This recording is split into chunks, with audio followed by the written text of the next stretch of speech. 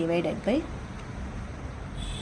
ఇది ఫస్ట్ ఇది సాల్వ్ చేద్దాం. 1 plus X by 1 minus X అంటే 1 minus X plus X divided by 1 minus X is equal to 1.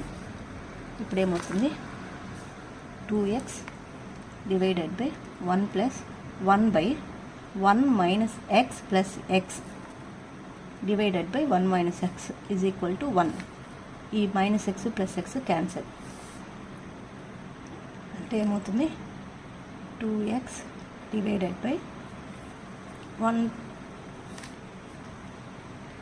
1 plus, ఇప్పుడు 1 by 1 minus X అన్నప్పుడు మనకి ఏమవుతుందంటే ఇది 2x divided by 1 plus 1 minus X అవుతుంది.